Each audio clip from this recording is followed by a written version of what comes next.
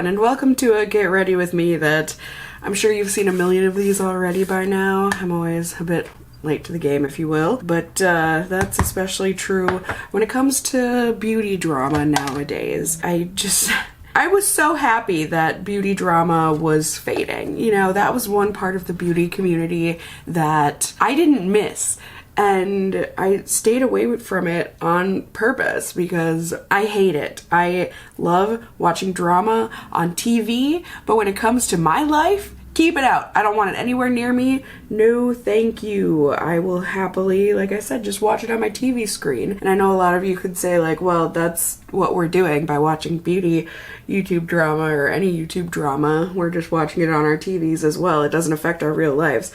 Totally get that. But for me, with it being my job, it does directly affect me and my peers because it affects the relationship that we as content creators have with our viewers. And it sucks. It sucks that the beauty drama has come back and I don't like it. Like I said, but I can tell you guys my opinions anyways, and I can do so while testing the mascara that broke the dang internet these past couple of weeks. So I will be getting to that last. Lashes are pretty much always, I shouldn't say last, I usually do lips last, but I will get to my lashes, don't you worry. For now, I need to put on the rest of my makeup, but yeah, Lashgate 2023. How exciting. We love to see it. I don't know, maybe some people love to see it. There's obviously one beauty influencer. I don't think he's actually posted a video yet. It's not like I've been on my toes waiting. Oh my gosh, Jeffree Star, he's coming back to YouTube. I'm so excited. I was never a Jeffree Star fan. So like the fact that he's coming back to YouTube just for this drama, to me it seems fitting, you know, it seems like a character part of him. He enjoys being in the drama, around the drama being the drama. I don't really think he minds from what I've seen of his personality anyways online, but like I said, that's just me making assumptions because that's all we can do with these people online, myself included. You know, you guys only get to know a part of me or a part of anyone online. You know, it's just what we choose to show. And I think that's one part of why this drama hits so hard is because so many people, and for those of you who don't, there's gonna be like my mom, I'm explaining this for you, okay? Or for anyone else who hasn't heard of this, but Lashgate. So there's a very, very, very popular influencer on TikTok. Her name is Michaela. Got the heavy East Coast accent, wears heavy, heavy makeup, and people love her for it, you know? People really like her personality and her reviews and whatnot. I personally have never been a fan. I think it's mainly probably because I'm not on TikTok. I really don't watch TikTok. Every now and then I'll go through a phase where I'm watching TikToks here and there, but it's not my jam, you know? And that's okay. Everyone has their own thing. Obviously, a lot of people love her. She's got like, what, almost 15 million, I think, followers on TikTok. Her videos get, I think, at least 1 million views each one. Like, she's very, very popular. And she's popular because people trust her. At least that's the vibe that I get. People thought of her, you know, as not your typical influencer, right? She's got the thick, heavy East Coast accent. She wears her makeup very heavy. You know, she's not to everyone's taste, I'll say that.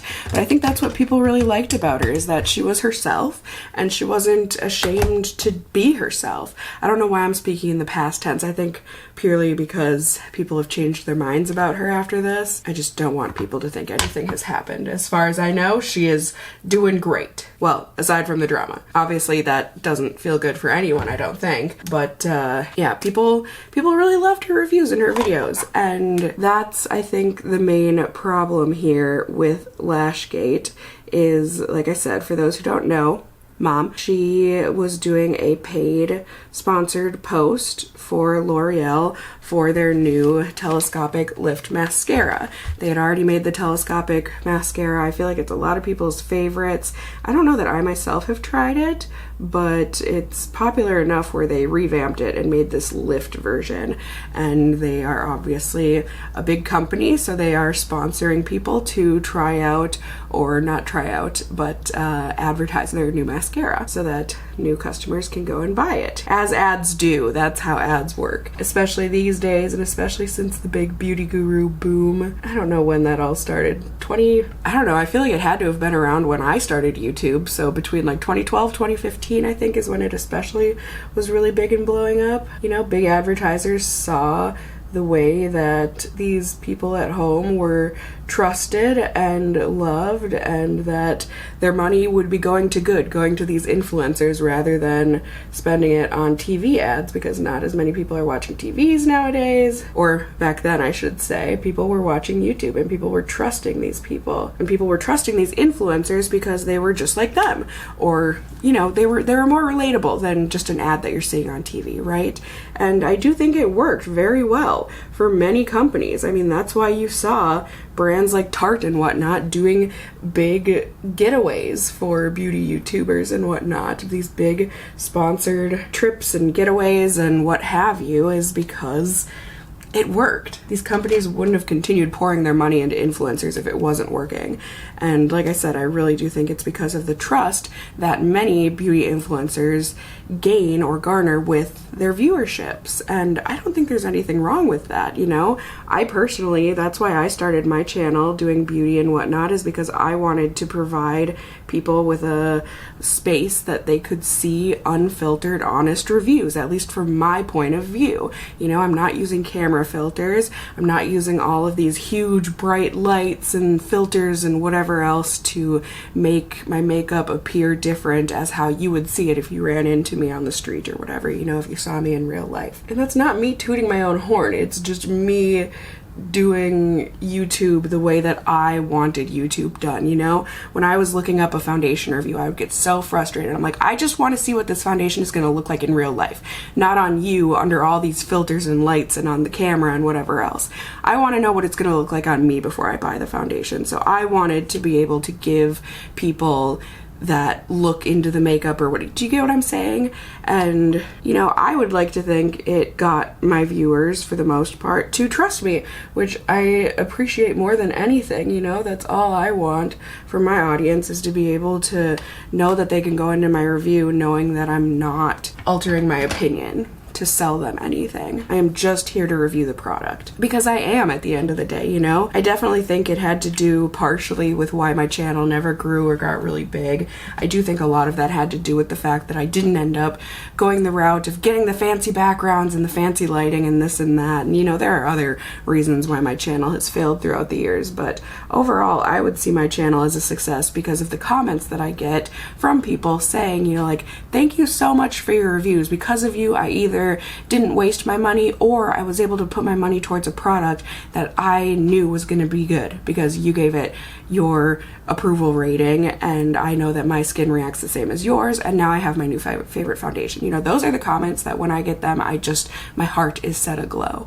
It makes me so happy to know that, because I know how hard many of us work for our money, and wasting it based on a review that you saw online that was sponsored, or you know, you find out that they were getting paid to promote this product after the fact, like, it hurts. It hurts because you trusted the person.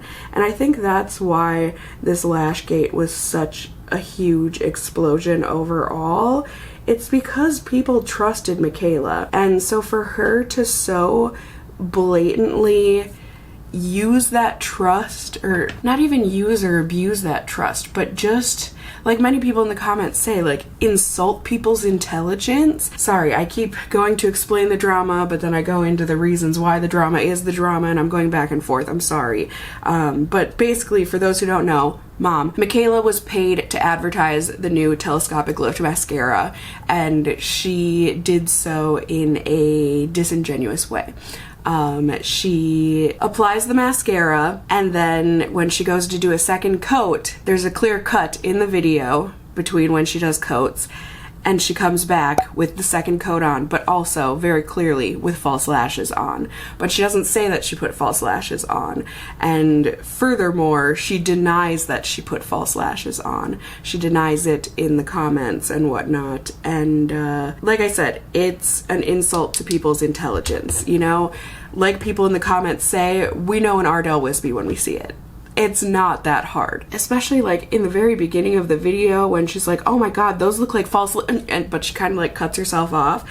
It's almost like she knew what she was about to do, and she was like, oh, let me not say that actually out loud, because yeah, it looks like that other person advertising the mascara is wearing false lashes, and then she's about to advertise the mascara with false lashes. And it really just comes down to like, what was she thinking, you know? Because I think she even made a comment in response saying like, no, L'Oreal would never pay me to put falsies on to advertise this mascara. Absolutely not.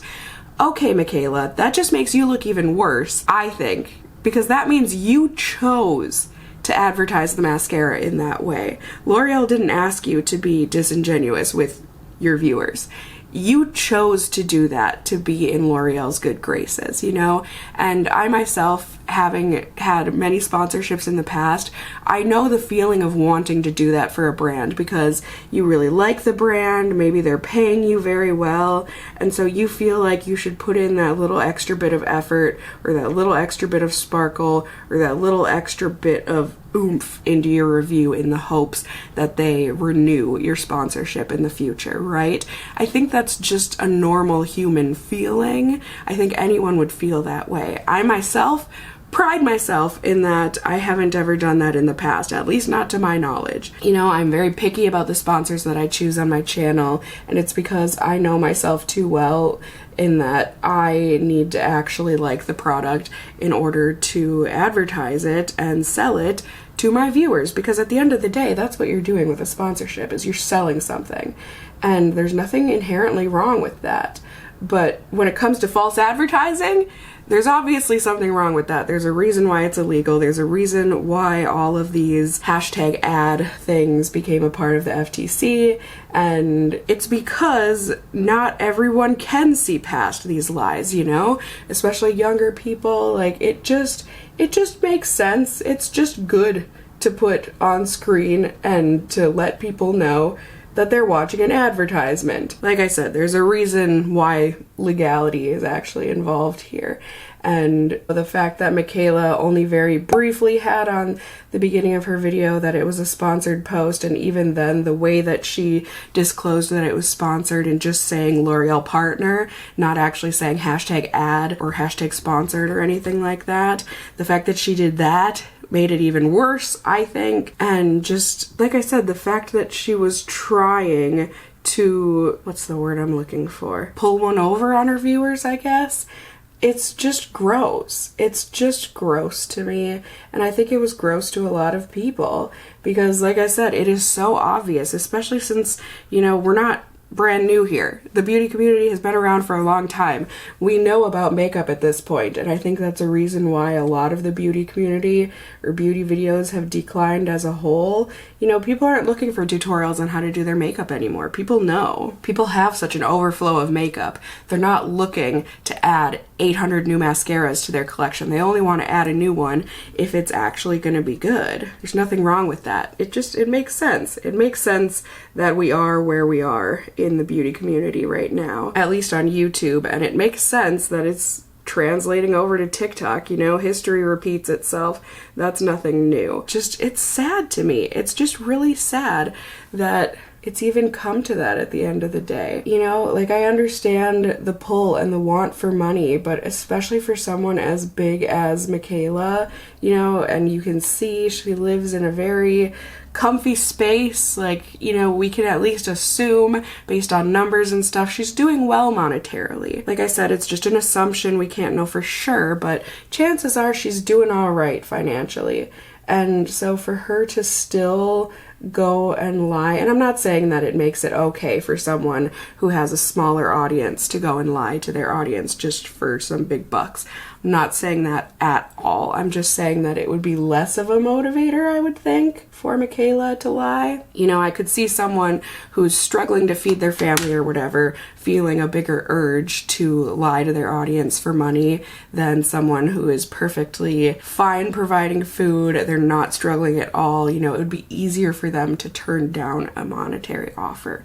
I think. I would assume. I can't know for sure, but that's an assumption I'm making. Like I said, doesn't make it okay one way or the other. But it's just sad. It's just sad to see it happen, okay? I think that's the biggest thing here, is that people feel that their intelligence was insulted, and that's not a good feeling. It's not a good feeling at all. Do I think this is gonna be some huge dip in Michaela's viewership in the future? No, I think people will stay with her. You know, if anything, it will become a meme. I wouldn't be surprised. There we go. That's much more the color I wanted on my lid. And I think a lot of people too are just questioning, you know, like, Michaela, why would you throw away that trust that you have gotten with your audience? You know, when you are as big as you are as an influencer, like, wouldn't you want to, it just doesn't make sense to me. Like, it makes me itchy. It gives me a rash. Like, I don't get it. Maybe it's because I've never been in her shoes, but also I just don't get it. So I just went ahead and put on some lip color. Let's see, we'll get some setting spray going. But yeah, also, there's also that taste that gets put into people's mouths, I suppose I should say, of other influencers' mouths, because so many of us work so hard to be honest here online and to only give honest reviews. And so for a big influencer like that to kind of crap all over the beauty influencer realm as a whole, to crap on our reputation as a whole, that sucks. That doesn't feel good. And it's why I'm gonna test out this mascara with you guys here so we can see it in action. I got 2 of them because I was just gonna get the original one, but my Ulta only had black brown left in stock, and I figured some of you guys would be upset about that if I end up not liking it or something. You know, like, obviously you would have liked it better if you got the black one because that one shows up better. I personally always do usually get black. I say usually because I used to get black brown mascara like in high school for my lower lashes. I haven't done that in years, but either way, I also got the waterproof, and this one is in the shade black, so we'll see. But I didn't want to just get the waterproof because then if this one doesn't work, people are going to be like, well, that's because the waterproof is a different formula and yada yada yada. I get it, and so that is why I bought both. So I just wanted to explain to you guys why I had the internal conflict. What do I do? And then at the end of the day, it ended up like the taco commercial, right? Why not both? What does she say? I don't speak Spanish. Porque no los dos? Porque no isn't porque, why, dos is two. I don't, like I said, not a Spanish speaker, but that commercial is always in my mind. Do we go soft shell or do we go hard shell? Why not both? That little girl, and then they just have her up on their shoulders. Yay, she is amazing and so smart. So cute. Anyways, we've got this mascara, so waterproof. I'm going to use the waterproof on my very problematic eye because it is being problematic today, so what a great time to try that out. And then also we have the regular one that I will try on my not so problematic eye. Still slightly problematic, but way less. This one is like 99% problematic. This one is like maybe 20%, and it's not feeling problematic today. So the mascara that broke the internet. Let's go. Let's try this out. This wand is so strange. So here's the not waterproof one. I'm assuming they both have the same looking wand, but it's a flat wand. I hope the camera's in focus, but it's a flat wand, but it's got the spikes on the other side, but this side you can hopefully see there are no spikes, and that's the side you're supposed to load up the lashes, right? It even says on here. So step 1, lift and load your lashes using the front hook bristles, applying from root to tip, and then use the side hook comb to separate your lashes for added volume and length. Okay, that's good to know, because I actually thought you were supposed to use the flat side to load up your lashes. Okay, so I am gonna curl my lashes. No deception there either. Okay, so we are gonna go ahead, make sure we've got mascara on here. I really did think you were supposed to use the flat side, but okay, we're gonna use these bristles. We're gonna do bottom lashes first, as always, so we don't make as much of a mess up top.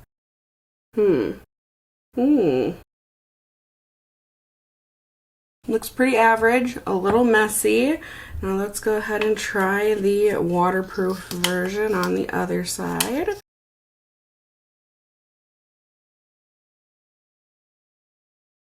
Okay, so there we go on the lower lashes. Now, the real test. Let's go ahead and try it up top. See how this does. We will do no cuts or anything, so you guys can see this applying. I mean, from what I've seen, and I think what also added to people's anger, is that this mascara actually looks like it works and does really well. I'm gonna do the flat side just because I'm curious. I feel like you're supposed to use the flat side. I feel like that's there for a reason. But yeah, I mean, when Michaela or anyone I've seen test this mascara since then, you know, when they put this mascara on, it actually looks good on its own. Like, she didn't, that's the thing, she didn't need, not only from L'Oreal, her words that L'Oreal didn't ask her or make her use falsies, but also because no one thinks she needed to. On that first coat that she did of this mascara, it looked really freaking good on her lashes. She didn't need to do the falsies to try and deceive people, you know? Like, this doesn't look bad at all. It actually looks pretty good, and it's applying pretty freaking easily. I didn't have problems with clumping there. Like, that looks pretty nice. Let's see if the waterproof works just as well. But you know what I mean? Like, it especially hurts when people are deceived, especially when they, you know, like, it's hurtful enough to be deceived in general, but to find out that they didn't need to be deceived in order, you know, or just at all, come on, come on. It was a perfectly good product. You didn't need to do it. You didn't need to do it. That's the thing. You could have saved yourself so much drama, Michaela. Sorry, I had to edit that cough out. But you know what I mean? Like, it didn't need to happen. And I'm sure that's partially why she's kind of in silence now or not responding to the drama, is because I would like to think she's a little ashamed of herself for doing it. I would like to think she's got some regrets. And yeah, I think a lot of that probably stems from the fact that she didn't need to do it in the first place. So, okay, there is coat one. Like I said, it looks decent. It doesn't look phenomenal on my lashes first coat, but it doesn't look bad. Now let's see if second coat we can get it to look even better. Let's see if we can get it to falsie status. Yeah. I'm using the flat side, you guys. I feel like the flat side actually does load up the mascara, and then you're supposed to comb it out. I could be completely wrong, but I feel like it actually is helping to use the flat side on my lashes. Maybe it's not. Maybe that just made it a clumpy mess, but I actually don't think it did. Let's see. Let's see, my friends. Let's see if this is actually, yeah, I mean, look at it. A second coat really does help, and it doesn't look like I put on a pair of Ardell Wispies or Demi Wispies, but it does look nice on the lashes. Like, this looks like a mascara I would actually reach for and use. Yeah? Yeah? I think that looks pretty nice. Now let's see the waterproof. I have been looking for an actual waterproof mascara at the drugstore that I really love, because this problematic eye of mine has been extremely problematic the past couple months since I got COVID. Like, it just has been non-stop water mania. Excuse me, edited out another cough. But yes, let's see. I hope you can tell I have not put on falsies. I have not put on an extra 20 coats or anything. Like, this is just the mascara doing its magic. It looks like it might be a little clumpier, a little bit more spidery on this side. It also might have to do with the way that my lashes are on this side, because they're not the same. You know, it's like your eyebrows. They are sisters, not twins. But overall, I actually do think that's a nice looking mascara, especially from the drugstore. I shouldn't say especially, the drugstore has a lot of good mascaras, but boom.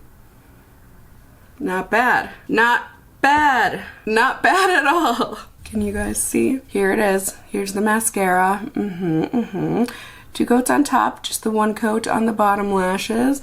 You can see it does give length. It gives a little bit of volume, but definite definition, separation, all of that. This is my favorite way to look at mascara, is by doing the lookup test. Yeah, look at that. So yeah, there's the mascara. I'm gonna wear this today. and I'm gonna see if it actually performs well, because I think a lot of us by now, we have seen people test the mascara by putting it on, but have we seen them actually wear it for a day? I personally haven't. I'm sure there are plenty of creators that already have, and I just haven't seen them. But I am going to be testing these mascaras on my lashes for today, and I will report back at the end of the night. We can see if the waterproof works, we can see if the normal one, if there's flaking or anything, because you know, a mascara can look fantastic at the beginning of the day. But I need to know that it looks fantastic all day, because if it looks like crap at the end of the night, I don't care how good it looked at the beginning of the day, I'm not ever wearing it again. I'll see you guys in just a second. Ready? Ding and ta-da! It's the end of the night here. My eye has been definitely proving just as problematic as it always has been, which means it has been very watery today, so we have definitely been able to put the waterproof side to use, and I am curious to see how my mascara looks, and so I'm here to show you so that I can also show myself. Things look good, my friends, on both sides, honestly. It looks like there might have been a little bit of smudging underneath on the not waterproof side, but overall my lashes still look curled. They're still hanging in there. They have felt light all day through wear. I've had no problems with them. Like I said, they haven't irritated my eyes or anything, and I think this is just proof that you really shouldn't and don't need the false advertising to go with your product when it's a good product. And this apparently, sadly, or maybe not sadly, I don't know, seems to be a good product. This might be my new waterproof go-to mascara, and non-waterproof. I mean, I don't know that I would say it's my go-to. I certainly have others that I like better, but I'm not mad at it. And like I said, I'm certainly not mad at the waterproof side. I'm actually very excited about it. So there you go. There was my talk through of the drama. You guys know I don't go into it that often, but some of you all have asked about it, and I was curious about the mascara on its own. So here you go. Here are those results for you. I hope you enjoyed the video. You can certainly let me and the rest of the Casserole fam know down in the comments below how you have felt about all of this. What was your take on the drama? I mean, like I said, I am I'm over it, and I'm also happy to have this mascara in my life, so I guess some good came out of all of this. But either way, yeah, like I said, just let me know. You want to be on video? You can certainly go ahead, you know, hit the like button if you enjoyed it. You can also subscribe if you're new here. Hey, hi, hello, how are ya? Tippity tap the notification bell down below. Become a member of my Casserole family here on my channel. I would love to have you here. And as always, I hope you guys are all doing well. And until next time, stay well until then. Bye!